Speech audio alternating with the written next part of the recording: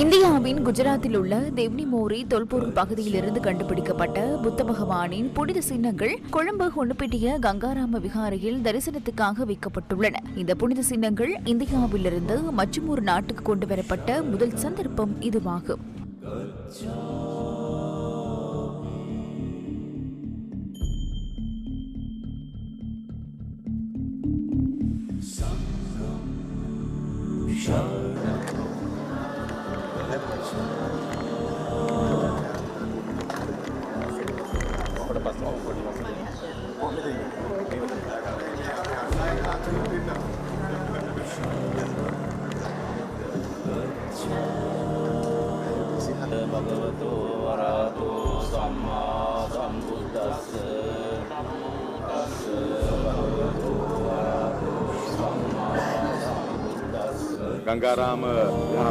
கங்காராமய விகாரைக்கு முன்பாக உள்ள ஜினரத்ன மாவத்தை, முத்தையா வீதி, ஜேம்ஸ் பீரிஸ் மாவத்தை, நவம் மாவத்தை, உத்தரானந்த மாவத்தை, பெரஹரா மாவத்தை, அல்வேஸ் வீதி, பித்தளை சந்தி, தர்மபால மாவத்தை போன்ற இடங்களில் மக்கள் நிறைந்துள்ளனர். விசேடமாக இலங்கையின் பௌத்த மக்கள் இன்றிரவு 10 மணிக்கு பின்னர் இந்த வரிசையில் இணைவதை தவிர்க்குமாறு நான் நினைவூட்டுகின்றேன். ஏனென்றால் நினைவு சின்னங்களின் கண்காட்சியை இன்னும் ஒரு நாள் அல்லது 2 நாட்களுக்கு நீடிப்பதற்கான சந்தர்ப்பம் இல்லை.